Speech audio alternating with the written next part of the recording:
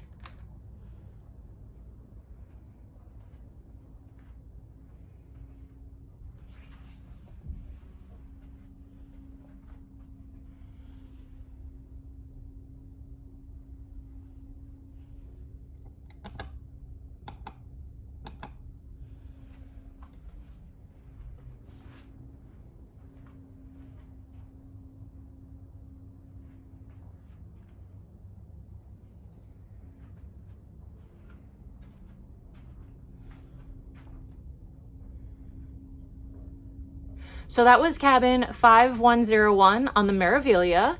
I'm going to talk about the cabin and how I liked it and stuff about the cabin, but also because I don't have a different video where I ever review ships themselves, I'm going to do that here in my cabin video at the end. So stay tuned for that as well. Love this cabin's location with some exceptions.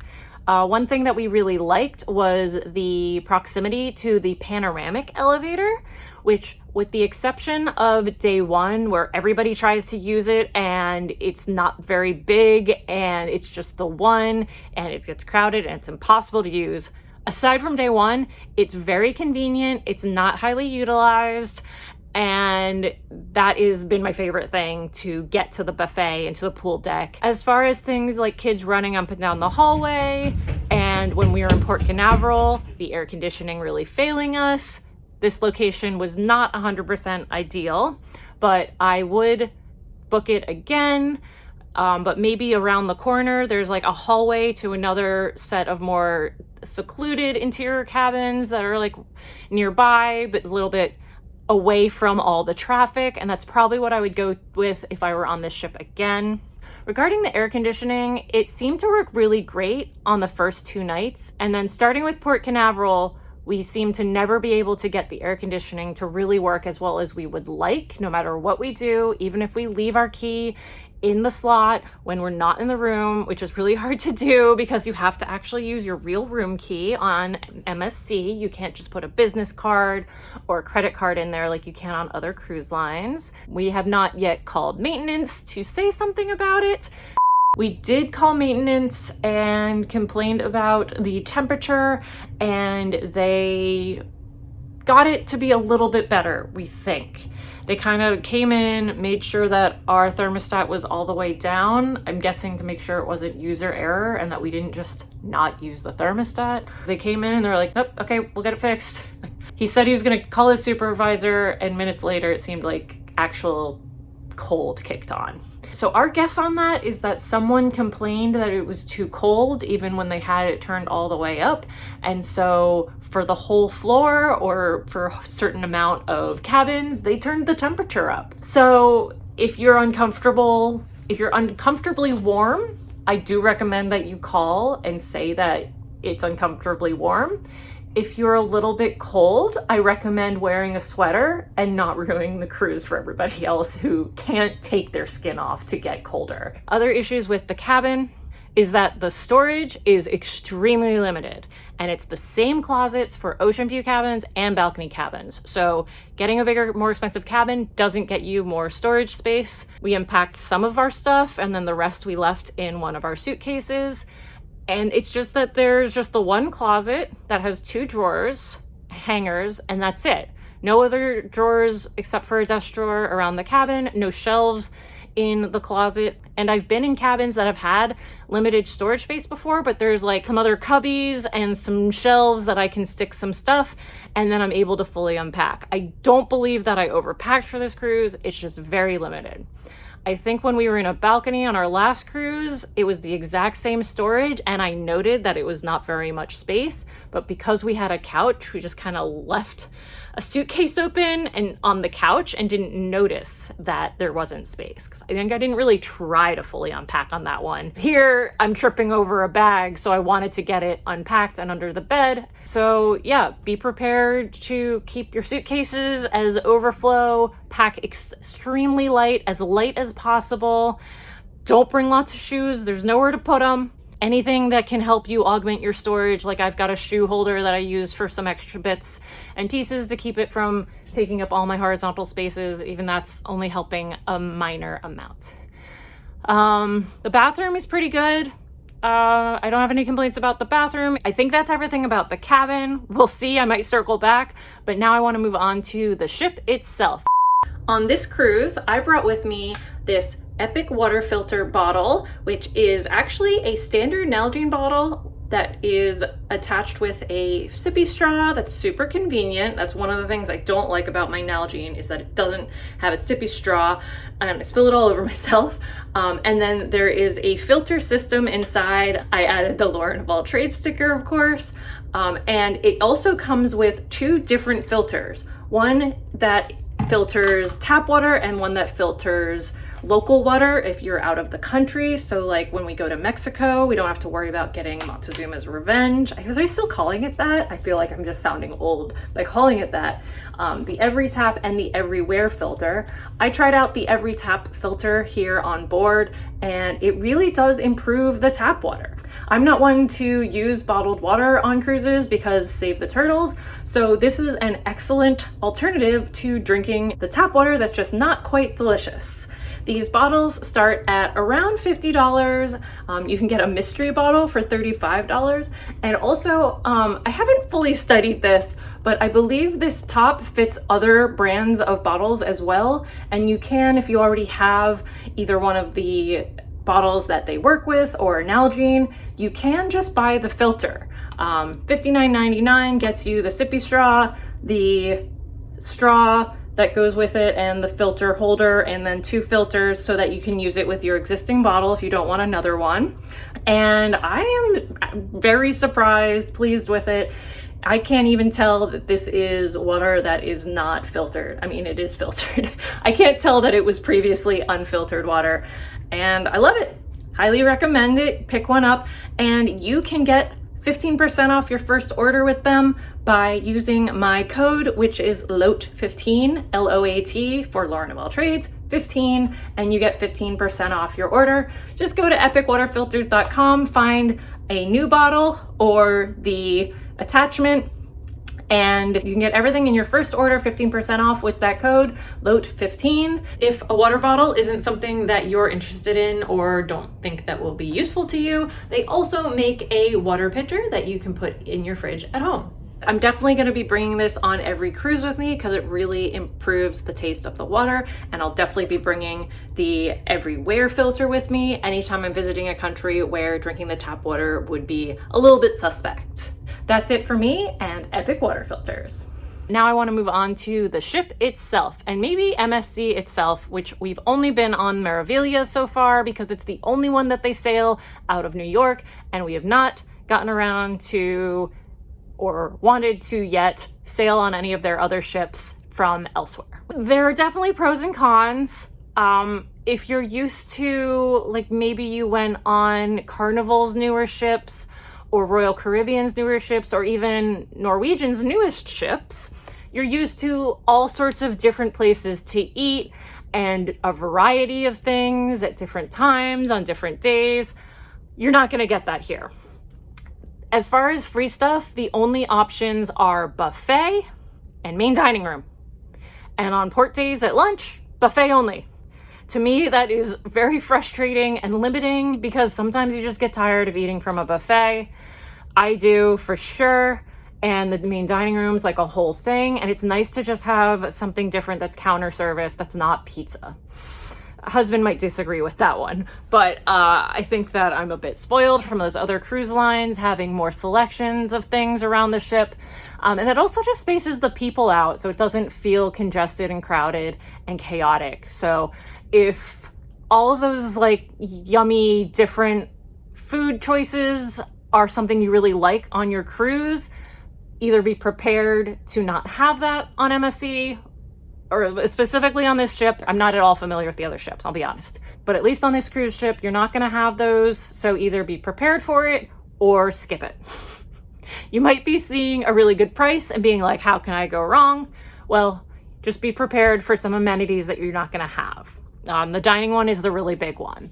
And if you want anything other than those two options, it's going to cost you money, including like the pub food at the Golden Anchor Bar. That costs money as well. Some other weird things that are like irksome for us is things like not being able to bring a beverage into the hot tub or into the theater. And I assume both are for like logistical purposes, like so people don't hog the hot tubs. I do appreciate that. Probably so that the staff doesn't have to spend time cleaning up a bunch of empties because people are rude and don't take their glasses with them, and potentially spills on the carpet in the theater. But, you know, I just want to be able to have a drink. I always take my glass with me in the theater, and I like to relax with a cocktail in the hot tub. And when I'm done with my cocktail, I'm usually done with the hot tub. So that's something that I miss on this ship that I am, again, spoiled with on other cruise lines. Another thing, maybe it's all dining and beverages. Maybe it's all food and beverage that bothers me about this cruise line.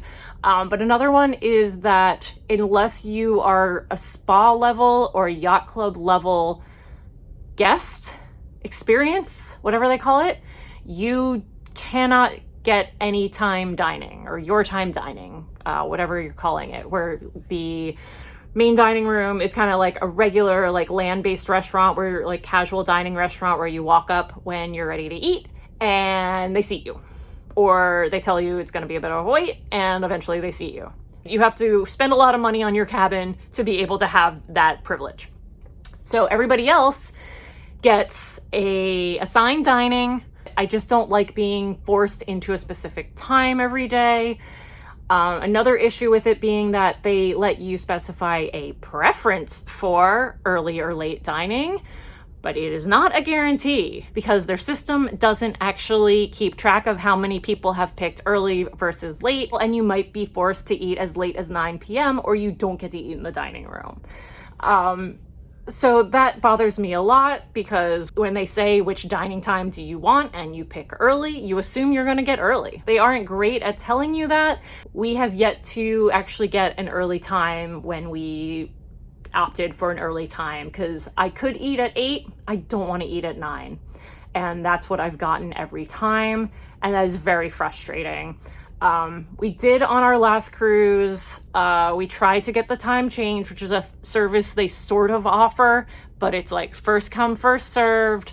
And only if people are giving up their early times for some reason, or if the ship's not that busy, I don't know. The crew member who wrote down our requests that was not fulfilled because they couldn't, he let us know that you can show up to the restaurant at the time that the dinner starts, and 15 minutes later, once they can assess how many open tables there are from people not showing up for whatever reason, they will fill in those tables from people waiting. So kind of, I like to call it standby dining. My term, not theirs, but that is a thing that we successfully did on our last cruise. We didn't try it on this one. We either actually ate at our 9 p.m. dining time or opted out of the dining room because our port stops are so late that by the time we get back on the ship, it actually is pretty close to our dining time. So that was the reason we actually did opt for late on this one. I was hoping for the 8 o'clock or 8:15 time, got the 9 p.m. and didn't waste my time trying to change it because wasn't feeling it. One thing I do like is that if you have the beverage package, it does include lattes and espresso drinks if you order them from a bar. There's like a coffee shop or a chocolate ice cream. That place you have to pay. But if you go to a bar that has an espresso machine, you can get lattes there included. Things like Red Bulls are included. So it is a little bit more expansive than some of the other cruise lines packages. I really enjoy taking advantage of the included lattes. I also like that they have Coke products because I'm a Diet Coke drinker. And I think that's probably it for food and beverage. I wish they had more variety, and the specialty dining is outside of our price range. Although if you book one of the restaurants for night 1 pre-cruise, you do get a discount. So if you are interested in doing one specialty dining on your cruise, look in your cruise planner ahead of time and check out the prices, and you might find a price that you like. We did do that with the taco place on this cruise because it brought the price down to $18 a person instead of $25. Back to the hot tubs is that they are very small. There's only a few of them, and some of them they're very strict on how many people can be in them at any one time. You see this everywhere, that the hot tub lists a max number of people, but there's always more space, and this is the only cruise line I've ever seen police that number where they stand by it and will tell you that you can't get in. So it also does mean that the time limit kind of gets enforced. So if you want to go in a hot tub and there's people in there, you just stand there and wait. Maybe even walk up to like the area where you get in the hot tub from to let them know that they need to get out when their time has kind of passed, because otherwise they won't feel the pressure to get out. It's a horrible system. I hated it because when we did finally get into a hot tub, there were people that stood over us and made us feel stressed and not relaxed, and we didn't even have a cocktail to enjoy. And then after exactly 15 minutes, or maybe less, because we were like, this isn't fun, we got out because there were people staring at us, and that was very uncomfortable. So the hot tub situation's not great. So if sitting in a hot tub with a cocktail at your leisure is the thing you love to do on a cruise, don't go on this cruise ship. I don't know about the other MSC ships. I kind of expect it's the same, but definitely not on this one. If that's how you like to vacation, don't go on this cruise line. You're not gonna like it. All right, so a few things happened after I recorded the video for this, which I actually did yesterday. So today's day 7, and our steward knocked on our door. We're kind of just hanging out in the cabin, and she said that she had to lock the minibar. And that didn't happen to us on our cruise 2 years ago, and that didn't happen in March 6 months ago. So that's weird. And it's not that I was worried about being able to use the minibar items, although what if I wanted to use them? Now I can't. I can no longer use it to chill my water, which we were doing. We had bottles of water in there, bottles of tap water, just so that we have nice cold water, and now it's sitting on our counter, condensating and getting warm. And then finally, she said that tonight, before she's done working, we have to give her our pool towels to make sure we didn't take them with us. And I said, what if we want to go to the pool tonight? Well, you can get them from whatever they call their towel stand. And okay, very bizarre. So we just gave them to her right now because they were damp anyway. And I don't know if we actually are going to make it to the pool, but it seems very aggressive to take the pool towels away on the last day of the cruise when you're trying to just relax and like fit all this stuff in. So just some things that we're not really a fan of. One last thing I thought of that we really don't like about, I don't know if it's MSC or Meraviglia or both, but the time that we get kicked out of our cabins on debarkation day is 7:30 a.m.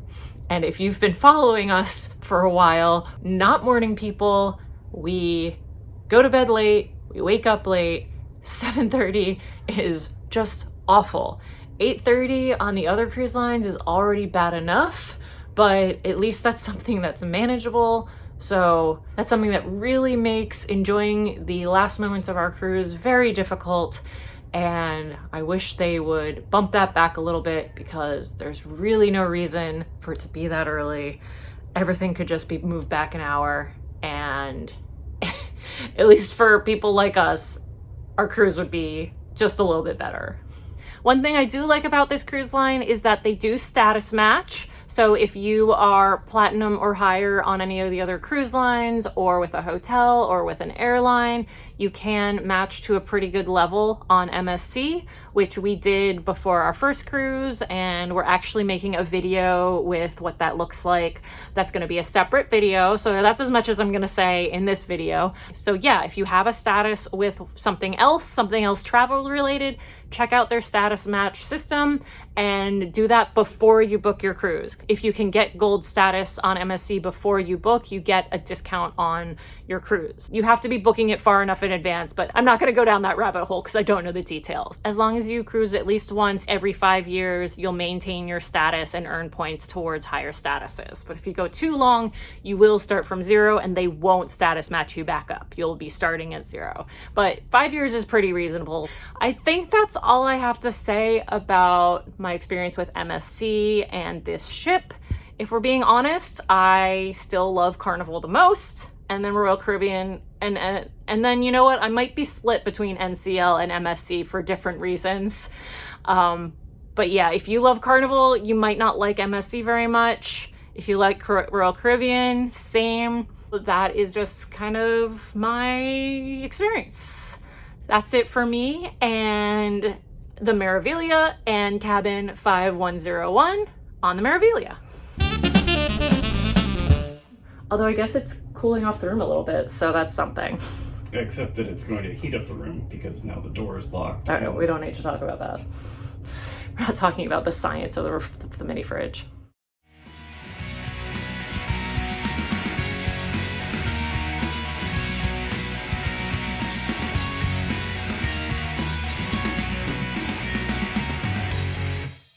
epicwaterfilters.com, I think. Probably, right? You think that would be something? Yes, it is. You think it'd be something that I'd look up before I started recording?